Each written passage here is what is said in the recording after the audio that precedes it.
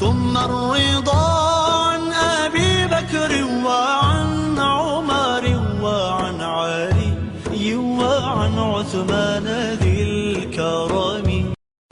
میں اب انشاءاللہ براہ راست احادیث پر آتا ہوں کہ نقطہ نظر کے آقا علیہ السلام نے طریقہ اختیار کیا ترک وصیت کا اور عدم استخلاف کا. وصیت نہیں فرمائی اور کسی کو خلیفہ کیٹیگوریکلی نامزد نہیں کیا. اب میں براہ راست ان احادیث پر آؤں گا اور یہ وہ موقف ہے جو اہل سنت کے ہاں بھی اور اہل تشیع کے ہاں مشترک ہے.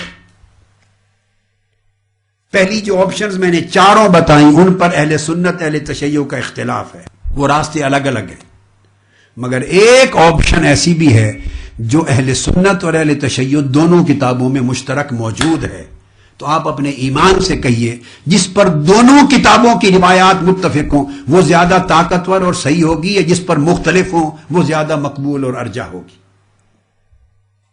اہل سنت کی کتب حدیث میں ان کے طریق سے احادیث صحیح اور اسناد صحیح سے بھی وہی موجود ہے، اور کتب شیعہ کی اعلیٰ کتابوں میں ان کی روایتوں سے بھی وہی بات موجود ہے کہ آقا علیہ السلام نے کسی کے لیے کوئی وصیت خلافت نہیں فرمائی. آقا علیہ السلام نے کسی کو خلیفہ مقرر اور نامزد نہیں فرمایا. یہ ہے اصل بات، اور یہ اہل سنت اور اہل تشیع دونوں کی کتابوں میں مشترک موجود ہے. اگلی نشست میں یہ گفتگو شروع کروں گا، لیکن ایک حکمت بتانا چاہتا ہوں. 4 پر بات چھوڑ دی. کیوں چھوڑ دی؟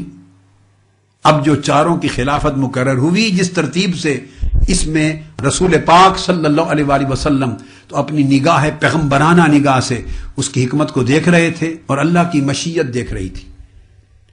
امت نے سب سے پہلے سیدنا صدیق اکبر پر اجماع کیا، حق اجماع ہوا.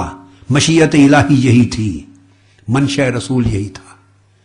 ان کے بعد سیدنا فاروق اعظم کے ہاتھ پر بیعت ہوئی، حق ہوئی کیونکہ مشیت الہی اور منشاء رسول یہ تھا. سیدنا عثمان غنی کے ہاتھ پر تیسرے مقام پر بیعت امت نے اجماع کیا، مشیت الہیہ یہی تھی، منشاء رسول یہ تھا. چوتھے درجے میں مولا علی شیر خدا کے دست اقدس پر بیعت بھی، خلیفہ مقرر ہوئے، حق ہوئے کیونکہ منشاء الہی رسول یہی تھا، مشیت الہیہ یہ تھی. آپ کہیں گے کیسے؟ حضرت شیخ اکبر محی الدین ابن العربی رضی اللہ تعالیٰ عنہ نے ایک لطیف راز کی بات کی ہے. عقدوں کے حل، جھگڑوں کے سارے حل اور تمام نزاعات کا ارتفاع اولیاء کی باتوں میں ہوتا ہے. حضرت شیخ اکبر نے ایک بات کی رضی اللہ تعالیٰ عنہ اور فرمایا کہ چاروں صحابہ کرام جس ترتیب سے خلیفہ بنے یہ مشیت الہیہ تھی اور یہی حق تھا، اس لیے کہ اللہ رب العزت کے ہاں قانون ہے ہر ایک کی موت کا وقت مقرر ہے. موت کا جو وقت ہے وہ ایک ساتھ بھی نہ آگے ہو سکتا ہے نہ پیچھے، یہ قرآن کی نص ہے. جو وقت اجل کا ہے یہ قرآن مجید میں اجل ایک لمحہ ایک منٹ نہ آگے ہو سکتی ہے اور نہ پیچھے. اس پر تو عقیدہ اہل سنت کا بھی ہے اور اہل تشیع کا بھی ہے، قرآن کا فیصلہ ہے. آقا علیہ السلام نے 23 برس میں عمومی تربیت تو 1,00,000 صحابہ کی اور 10,000 کی، اور خصوصی تربیت تو 1,500 یا 10,000 کی تھی. مگر خاص الخاص صحبت و تربیت کا جو فیض ان 4 کو ملا تھا اس میں اتنا کوئی شریک نہ تھا. اب آقا علیہ السلام چاہتے تھے، چاروں میں جدا جدا خصوصیات تھی، جدا جدا خصوصیات تھی. ہر ایک کو الگ الگ حکمتوں سے مالا مال کر دیا تھا، الگ الگ اوصاف کے ساتھ ہر ایک کو تیار کر دیا تھا.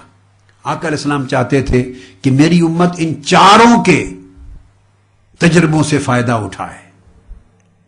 ان چاروں کو جو فیوزات، جو کمالات، جو اوصاف، جو تمیزات، امتیازات عطا کیے گئے ہیں، ہر ایک سے امت فائدہ اٹھائے اور ہر ایک کو موقع ملے کہ اپنے اپنے دور میں امت کو فیضیاب کرے اور قیادت کرے. آقا علیہ السلام چاہتے تھے کہ یہ چاروں قیادت کریں میری امت کی اور اپنی اپنی صلاحیتوں کے مطابق چاروں راہ ہدایت امت کو دکھائیں اور خلافت و نیابت کا فریضہ ادا کریں. یہ تھا منشاء رسول.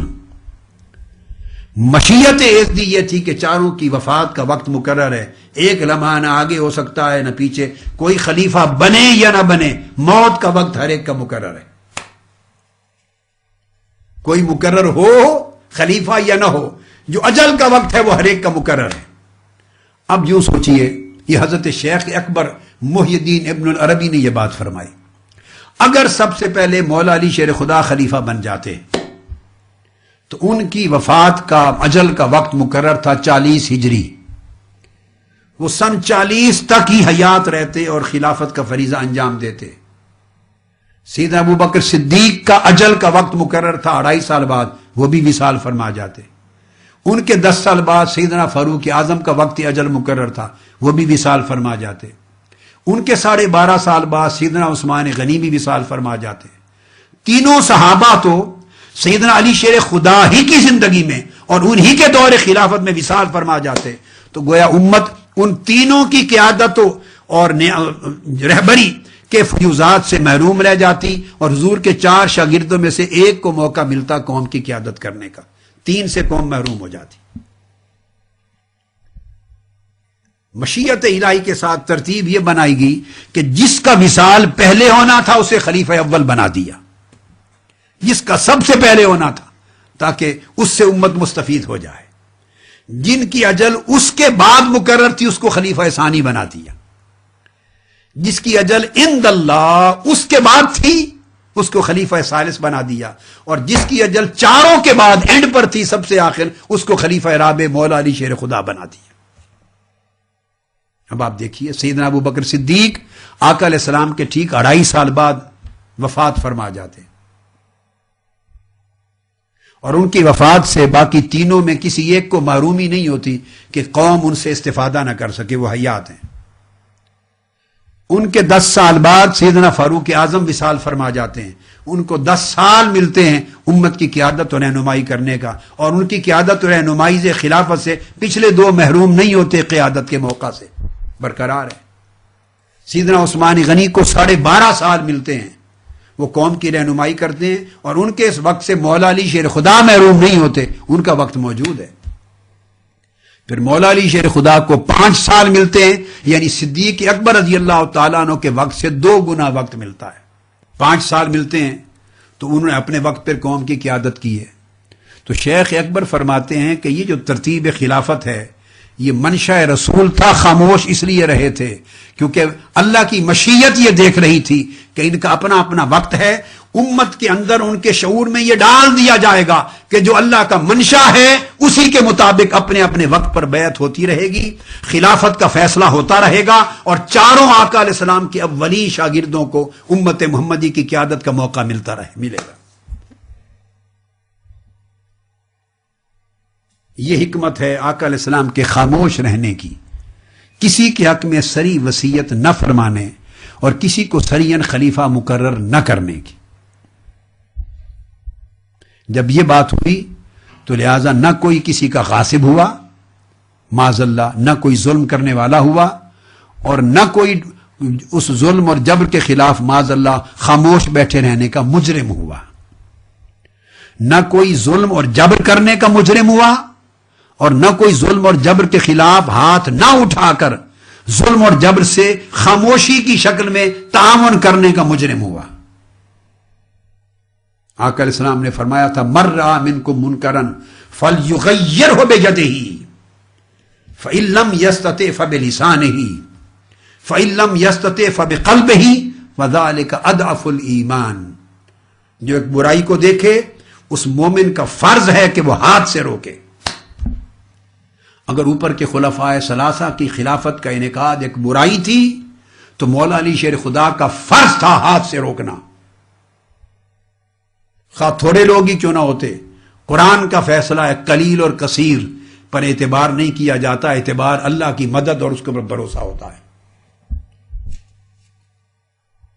جب آقا علیہ الصلوۃ والسلام نے ہجرت فرمائی ہے تو کتنے لوگ تھے؟ کثیر تھے آپ کے ساتھ یا قلیل تھے؟ مکہ سے ہجرت کر کے مدینہ آ گئے۔ جب آقا علیہ السلام نے غزوہ بدر کیا ہے ادھر 1000 آدمی تھے، ادھر 309 تھے، نہتے تھے۔ ہمیشہ آقا علیہ السلام کے ساتھ قلیل ہی رہے۔ تو جب قلیل لوگوں کے ساتھ بھی اعلاء کلمہ حق کی راہ میں کبھی رکاوٹ نہیں بنی، افراد کی قلت، تو مولا علی شیر خدا کے لیے افراد کی قلت رکاوٹ کیوں بن سکتی؟ لہذا اس تصور ترتیب خلافت میں معاذ اللہ نہ کوئی ظلم جبر اور غصب کرنے کا مجرم بنتا ہے اور نہ ظلم جبر اور غصب کے ساتھ بصورت خاموشی تعاون کرنے کا کوئی مجرم بنتا ہے. فَلْيُغَيِّرُ بِيَدِهِ حکم تھا کہ اپنے ہاتھ سے روکے. مولا علی شیر خدا اگر اس کو برائی سمجھتے تو اٹھ کے ہاتھ سے روکتے, نہیں روکا.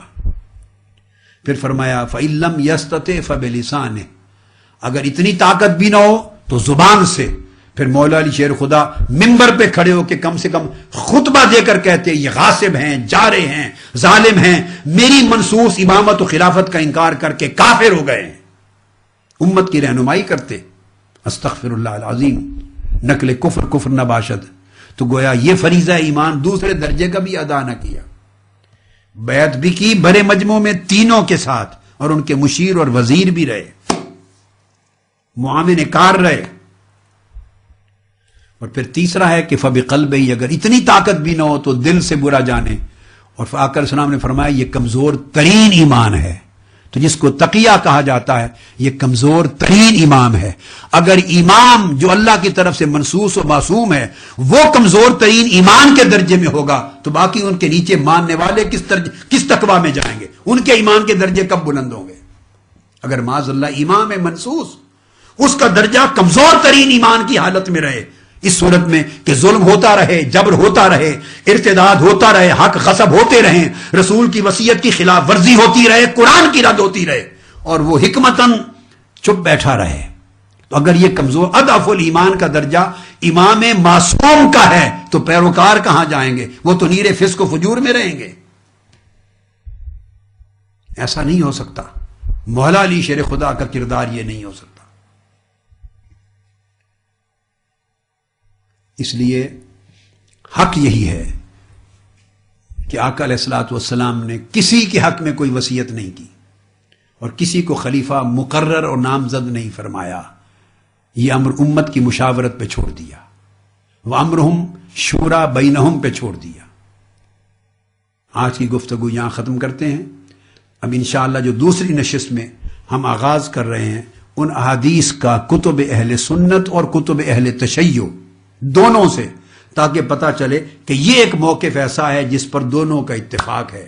تو جس پر دونوں کی احادیث اور روایات متفق ہو جائیں وہ بات صحیح تر ہوگی اور قوی تر ہوگی, اس عقیدے کو اپنانا چاہیے.